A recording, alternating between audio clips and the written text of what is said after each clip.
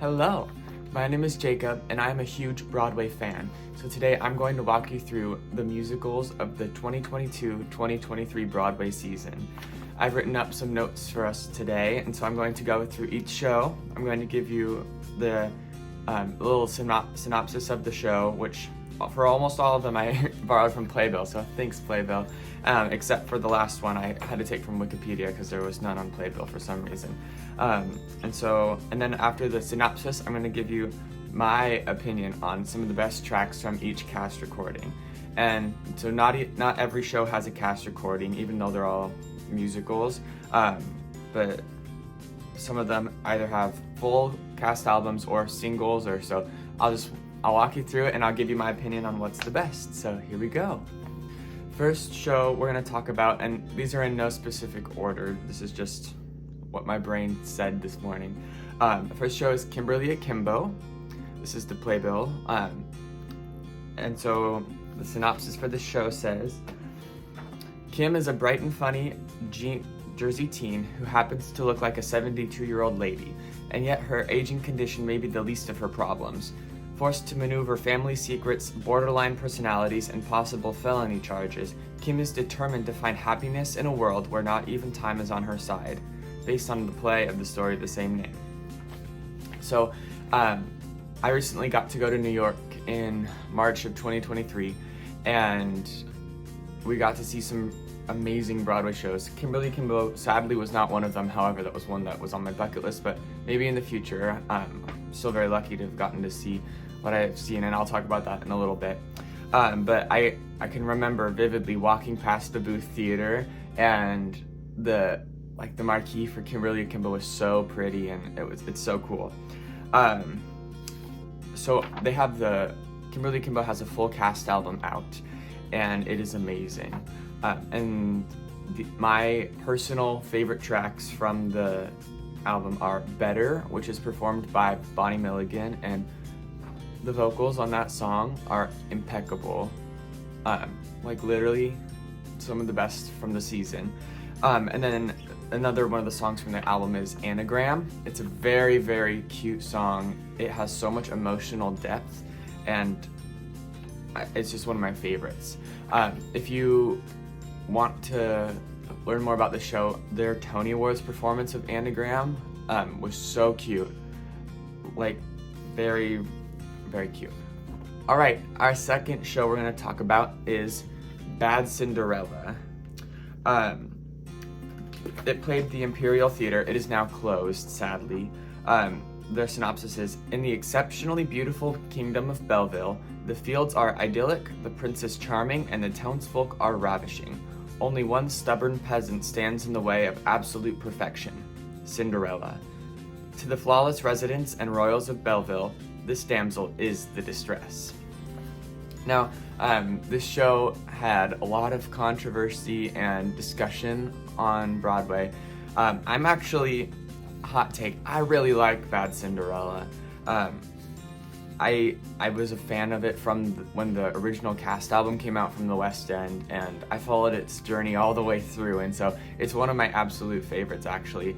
I know for sure it has its issues. The book needs some help sometimes, and I think if you read some of the official reviews from the Broadway production, it will really highlight and show you what did and didn't work with the show. But I think it's so sad that it closed so soon, because I think it has a lot of potential, and I was shocked that it didn't get any Tony nominations, especially for costume design or performance, because this show had a lot of strong areas. It just as a whole didn't mesh necessarily. So Bad Cinderella, so far, we don't know, maybe we'll see in the future, but so far they have not put out an official Broadway cast album. They have a full, I think it's a studio cast recording is what they're calling it, from the West End production with Carrie Hope Fletcher and Ivano Turco and all that, and it's amazing. It came out in 2021, and I remember listening to it a lot, and it's still one of my favorites. And so they have released a few songs from the Broadway cast, however, including Bad Cinderella and I Know I Have a Heart. Those two singles that they released are exceptional. some people were commenting on the vocal performance, but I personally thought they were great, and so I would highly recommend listening to them. And then from the West End cast recording, the song Only You, Lonely You, which is one of Prince Sebastian's songs. It's so beautiful, and I would highly recommend listening to it. All right, our next show we're going to talk about is Some Like It Hot, which was at the Schubert Theater, and this show I got to see on Broadway with most of the original cast. Christian Borle was out that day, but his understudy was amazing. And Some Like It Hot, I cannot say enough good things about. So the synopsis for the show is, set in Chicago when Prohibition has everyone thirsty for a little excitement, Some Like It Hot is the rollicking story of two musicians forced to flee the windy city after witnessing a mob hit.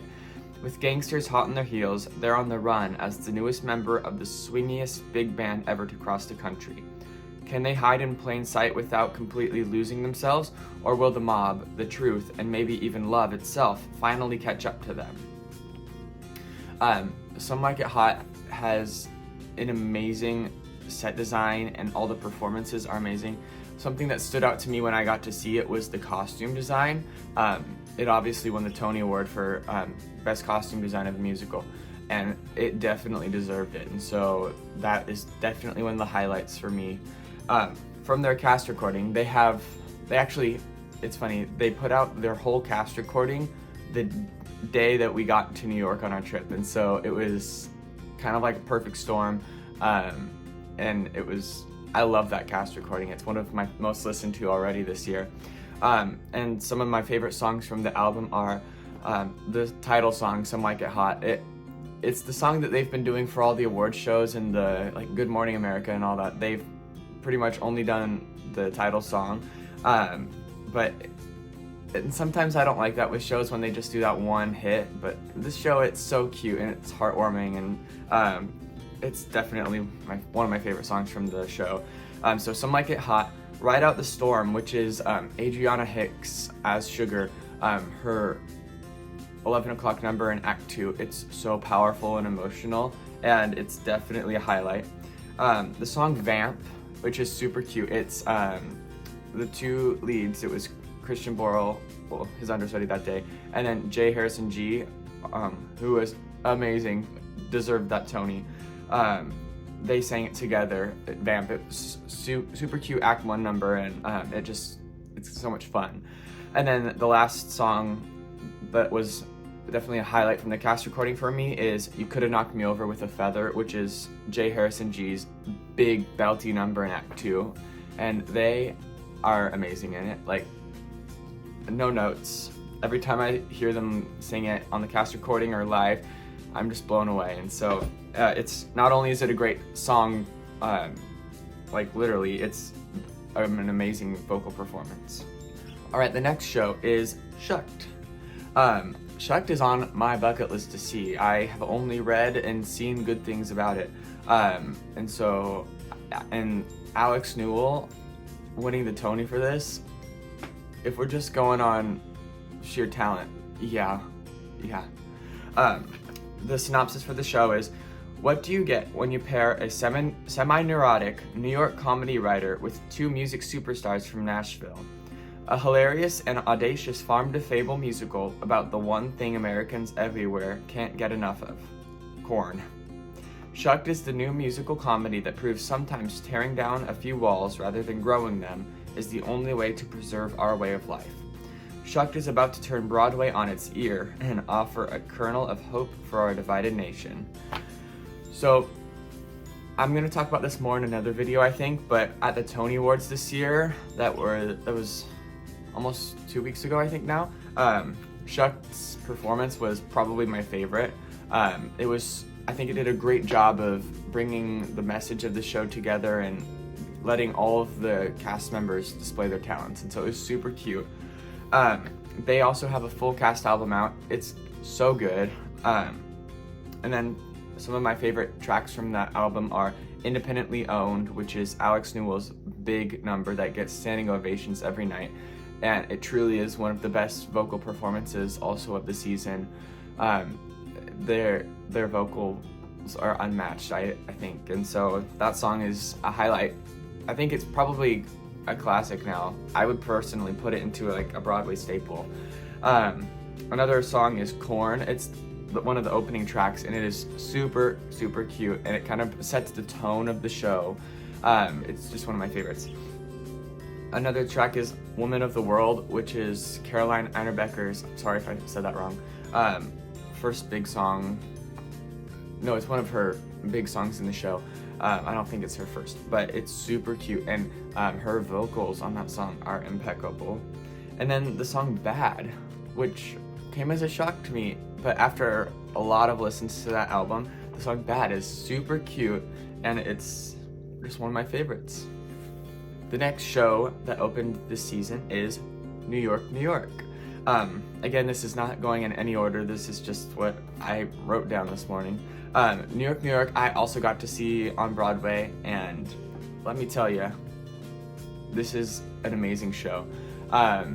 We got to see it in its third preview on Broadway, so the third show they've ever done, and it was really amazing.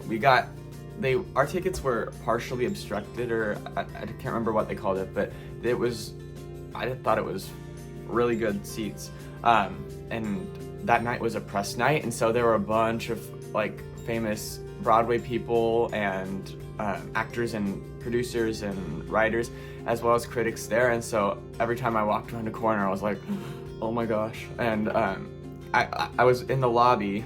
We just like scanned our tickets, walked in, and I was waiting to go up the stairs, and my mom turns to me and goes, who's that guy? There's a bunch of people crowding him. And I look, and it's Lin-Manuel Miranda just standing there. And can I tell you, my heart in that moment was like racing a million beats a minute. It was crazy. But no, New York, New York itself was a really good show. I thought Colton Ryan and Anna Uzeli as the two leads were really good. I think Anna definitely should have gotten a Tony Award nomination. However, I get it was a really tight year for performances, and everyone did really good. The synopsis for the show is, it is 1946, the war is over, and a resurgent New York is beginning to rebuild. As steel beams swing overhead, a collection of artists has big dreams, as big and diverse as the city itself. But do these singers, dancers, musicians, and makers have what it takes to survive this place, let alone to succeed? If they can make it there, they can make it anywhere. The New York, New York cast recording is actually coming out tonight as of when I'm filming this, and so hopefully by the time this video is out, it should be completely released now. They released 3 tracks from the cast recording.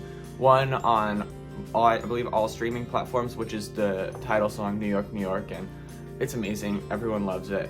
I can't think of anything bad about it, and the vocals from Anna Uzeli are really, really strong and good, and I love the orchestrations on it actually. And then they've released 2 more songs which are only on SoundCloud, and I don't understand why they put it on SoundCloud and not just streaming services, but I'm sure they have their reasons. But those songs are Music, Money, Love and But the World Goes Round. And let me tell you, those 2 songs got me through the end of the school year, and they've pretty much been stuck in my head no matter what. And so I'm very excited to hear them on the official cast recording. New York, New York, Music, Money, Love, and But the World Goes Round are what they've released so far. And all 3 I thought have been exceptional. So, yeah. The next show is K-pop, and so this show I think had an unfair turn on Broadway.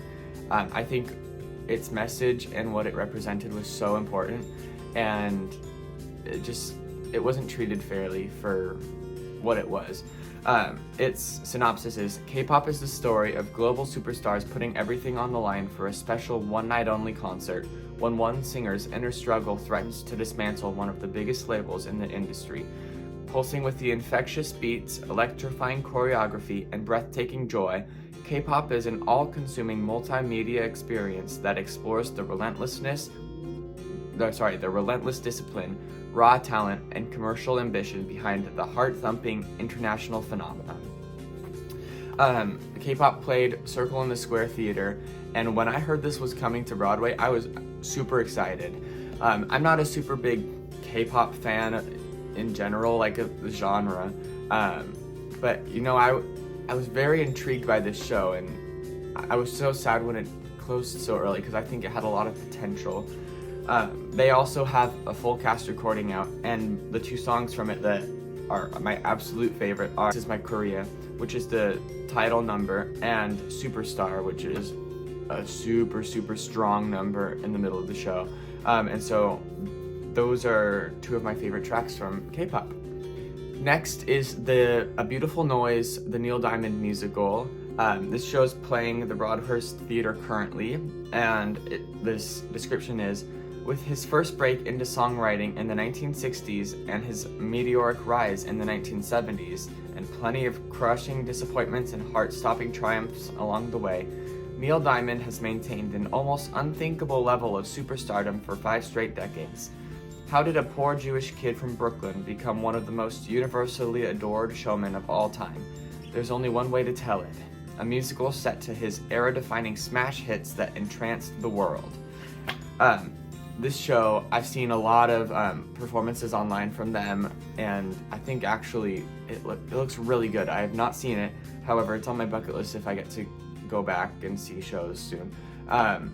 So they have a full cast recording out, and my favorite tracks from it are obviously Sweet Caroline, who doesn't like it, and then Cracklin' Rosie. It's such a good number in the show. Their production is beautiful. I would call it call and response almost, because Will Swenson, who's playing Neil Diamond, one of the Neil Diamonds, is singing on this track, and then the ensemble Will and the ensemble kind of do this back and forth, and it's super cute, and I love the orchestrations on it. And so I was shocked when Will Swenson did not get a Tony Award nomination, because I thought that his performance definitely deserved one. I know the Tonys in the past love to award people or actors playing real people, whether they're alive or no longer with us, like Stephanie J. Black for The Cher Show and Adrienne Warren for Tina. And so we know there's a history there with the Tony Awards, and so I was honestly very surprised when Will Swenson did not get a nomination. But yeah, I love the show. Next up is Almost Famous, the musical. This played the Bernard B. Jacobs Theater and closed in January, I believe, or maybe it was February. And I was so sad when the show closed because it had such a short run, and everyone in the cast was very talented. And so I wish it would have run longer. But its synopsis is: the year is 1973, and it's all happening. Led Zeppelin is king, Richard Nixon is president, and idealistic 15-year-old William Miller is an aspiring music journalist. When Rolling Stone magazine hires him to go on the road with an up-and-coming band, William is thrust into the rock and roll circus, where his love of music, his longing for friendship, and his integrity as a writer collide. Almost Famous is about a young man finding his place in the world and the indelible characters he meets along the way. This show was led by Casey Likes as William, and I really wish I could have seen this one. One of my good friends actually went and saw it on Broadway. I think it was still in previews when she saw it, but she said it was amazing. And so, every performance they did on Late Show or Good Morning America, I think they did, was so beautiful. Some of my favorite songs from their cast recording that's out now are one of the first songs is No Friends. Casey Likes his vocal performance in that is so interesting because it's very musical theater in the sense that his technique and sound is very Broadway, but at the same time the production and I don't even know how to describe it. It's also rock and roll, and it's a very haunting melody, in my opinion. And so that's one of my favorite songs, No Friends. And then the other is Morocco, which is performed on the cast recording by Saleha Pfeiffer. And that song is just very beautiful. That's how I would describe it, is beautiful. It's also kind of haunting. I don't know why, but those two tracks just have always stood out to me from that cast recording. The next show is And Juliet. Ooh, there you go. This show is currently playing the Stephen Sondheim Theater. I did not get to see it, however, both my brother and my dad went to see it the night that I went and saw Funny Girl, and they said that actually it was their favorite show they'd ever seen ever, and they have seen quite a few shows, and so I thought that was very interesting to hear. The synopsis is, this hilarious new musical flips the script on the greatest love story ever told. And Juliet asks, what would happen next if Juliet didn't end it all over Romeo? Get whisked away on a fabulous journey as she ditches her famous ending for a fresh beginning and a second chance at life and love, her way. Juliet's new story bursts to life through a playlist of pop anthems as iconic as her name, including Since You've Been Gone, Roar, Baby One More Time, Larger Than Life, That's the Way It Is, and Can't Stop the Feelin'. All from the genius songwriter-producer behind more #1 hits than any other artist this century. Break free of the balcony scene and get into this romantic comedy that proves there's life after Romeo. The only thing tragic would be missing it. Now, my dad and brother who went to see it, they loved the jukebox musicals, and like my dad's favorite show is Moulin Rouge, and don't get me wrong, Moulin Rouge is amazing. I actually listened to the whole cast recording this morning, but and so it didn't really surprise me that they loved the show. Some of my favorite tracks from their cast recording are Larger Than Life, which is the opening song. Stark Sands, who doesn't love Stark Sands on Broadway? He's so good. Baby One More Time, which is performed by Lorna Courtney, and she does amazing on that. Her vocals are very smooth, and you can tell she's honoring the original recording, but also making it more Broadway, and so I really appreciate that. And then Blow, which is just a fun song. I don't think they've done it live on television or anything, but it's on the cast recording. It's super, super cute. Their Tony Awards performance blew me away, and I'll talk about more of the Tonys later, but the Tonys I loved their performance too. Alright, now we're getting into the revivals of the season. There were quite a few, actually, surprisingly, compared to past seasons, and so let's get into it. The first revival we're going to talk about is Bob Fosse's Dancin'. This played the Music Box Theater, and it's an interesting show. I'll read you the synopsis because it's kind of hard for me to explain if you don't know it. This anthology of dance vignettes using a wide variety of styles, existing songs, and no book is directed and choreographed by Bob Fosse. That's the whole synopsis, and I think in a way it kind of perfectly sums up the show. This show is it's just a dance show, and there's no book, like it said, and which means, if you don't know, the book of a musical is the script, kind of, and so there's no words, I believe. I didn't see it, and so I really wanted to see it because it looks very niche and like high theater, if that makes sense, in the sense that you have to kind of be in the theater scene to really get it, which I think was kind of its curse. It's choreographed and directed by Bob Fosse, and I think it was Wayne Cilento helped bring back this production because he was in the original Broadway production. But yeah, Dancin', it was such an interesting show to watch from afar because their press was so good looking, and I wanted to go see this show so bad. But and they weren't playing when we were there, which was so sad. Otherwise, I totally would have seen it. But yeah, Bob Fosse's Dancin' looked super good. The next show, and one of the hits of the season that I think was universally acclaimed by both critics and fans, is Sweeney Todd, the Demon Barber of Fleet Street, starring Josh Groban and Annalee Ashford. It's playing currently the Lunt-Fontanne Theater, and who doesn't love Sweeney Todd? I think it's just a magnificent production. It's definitely on my bucket list to see. However, it's such a hot ticket right now that I don't know if I could get it in, honestly. Its synopsis here is: Sweeney Todd, the Demon Barber of Fleet Street, a deliciously thrilling story of revenge and retribution, continues our celebration of the titan of musical theater, Stephen Sondheim. After 15 years in exile, Sweeney Todd, an unsettling man with a mysterious past, arrives in a dark and gritty London, hungry for vengeance against the judge who destroyed his life. Todd joins forces with Mrs. Lovett, the unhinged proprietress of a failing pie shop, and together they develop a spine-tingling plot to extract revenge. When the lights go down and the curtain goes up, you won't dare look away.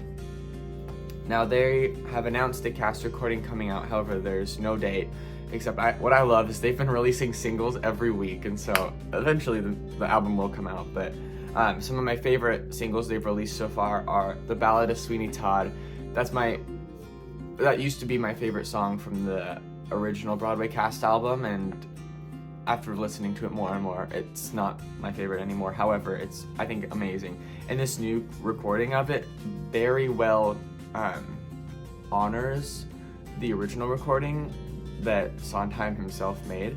And so I think that's one of my favorites of the new cast recording so far. Another is the Joanna sequence, that starts Act 2 up. On the cast recording, Josh Groban and Jordan Fisher sing it together, and those vocals, so good. And I love the way that they've put it together for this cast album. And then the third song that they've released so far that I have loved is Epiphany. Josh Groban goes off as Sweeney Todd on that track, and so definitely a highlight for me.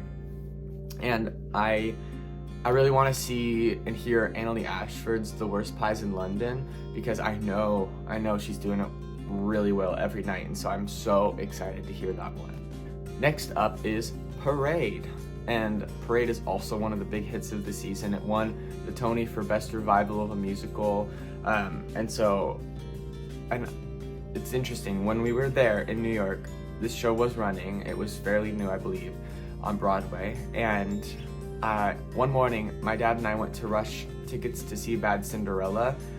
We didn't end up getting it, sadly, because it just didn't work out with box office times and all that.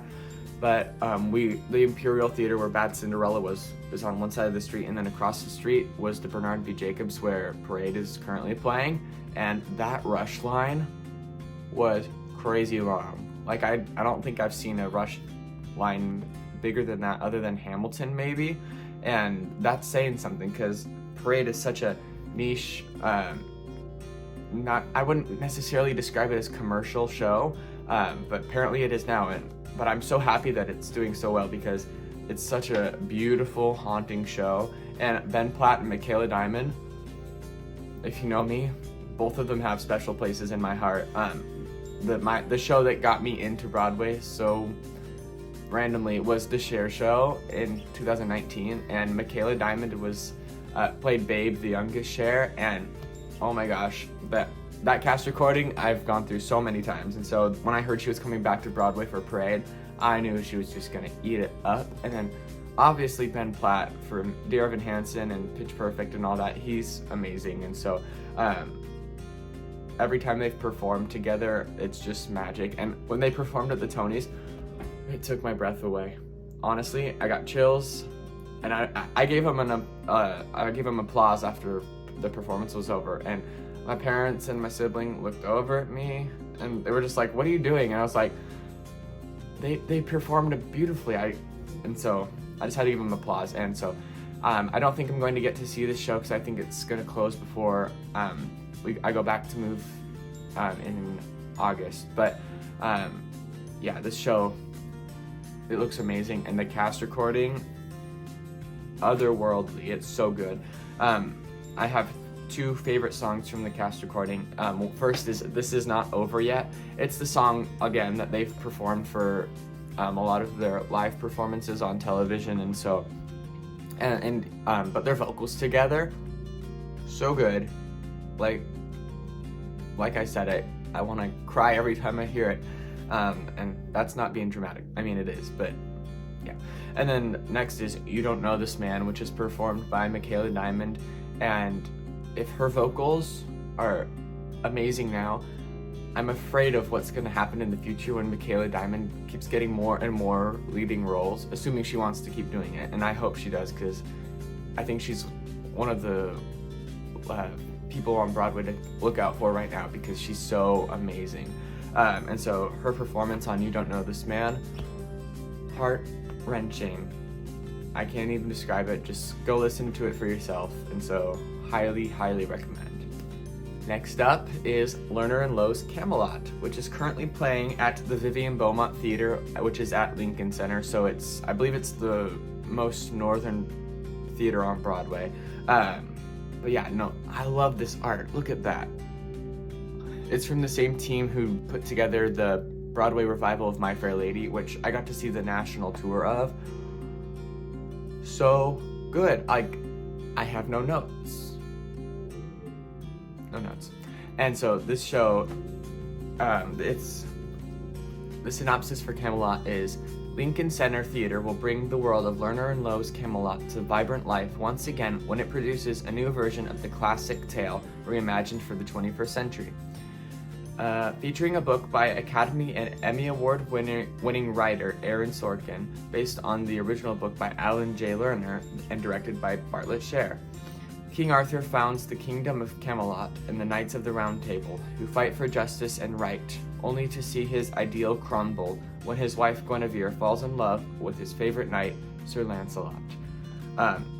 I've listened to the original Broadway cast recording with Julie Andrews and I want to say Rex Harrison, but I know that's not right. But I've listened to that one a lot, and it's so beautiful.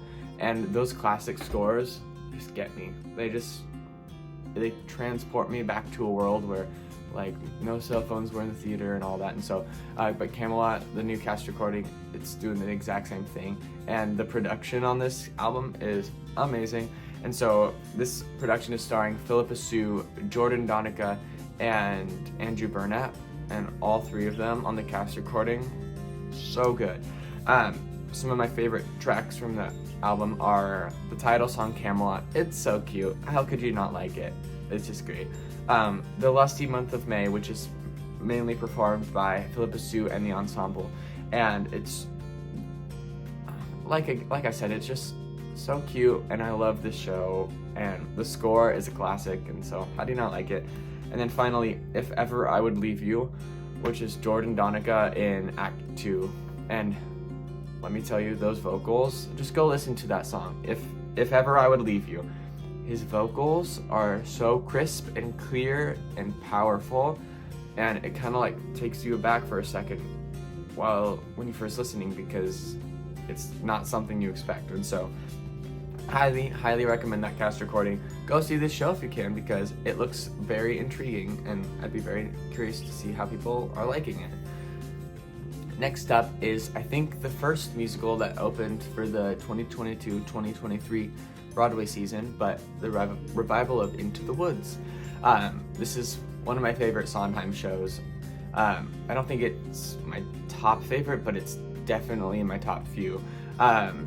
This production looked so good. I was so jealous. My other friend went to go see it again and said it was beautiful. This cast started out with Sarah Bareilles and Brian Darcy James as the baker and baker's wife. And when I heard that casting, I was like, that makes so much sense. Like, why have we not had this before?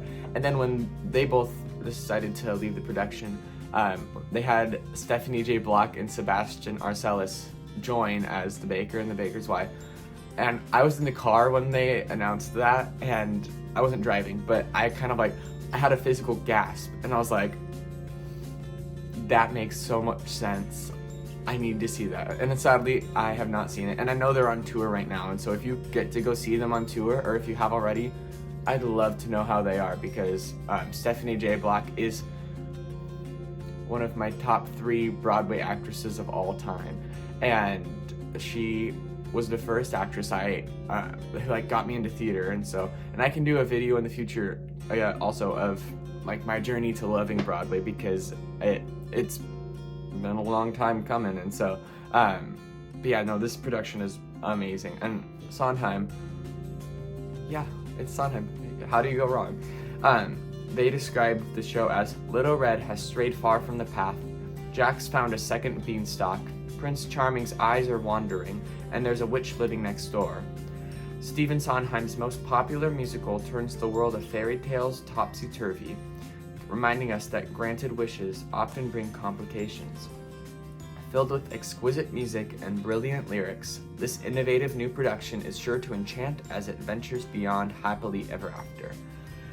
They have released their whole cast album. It actually won the Grammy in 2023 this year for best, I think it's cast album, the category, I can't remember, but it deserved it. I was kind of surprised when it won, but I love the album. Some of my favorite tracks from it are, obviously, who doesn't like this, the first song, the introduction, Into the Woods. It's a classic. I think everyone knows it, I think. And so, and then It Takes Two, and on this cast album, Sarah Bareilles and Brian Darcy James singing it, it just warms my heart.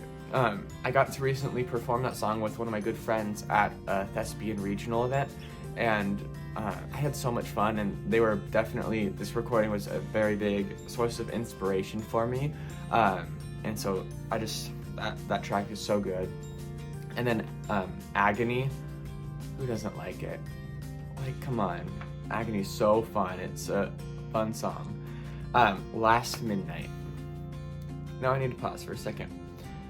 Patina Miller singing Last Midnight is never something I knew I needed until I heard it, and ever since I heard it for the first time, it's in one of my top tiers for musical theater vocal performances and songs. Like, it's perfect mesh. It came together beautifully, and in their when they were making the album, they released some behind the scenes videos, and they have one of Patina Miller singing Last Midnight in the studio, and the way she's belting and she makes it look so easy, it's not fair. She sounds amazing, and so thank you for giving us Patina Miller singing Last Midnight.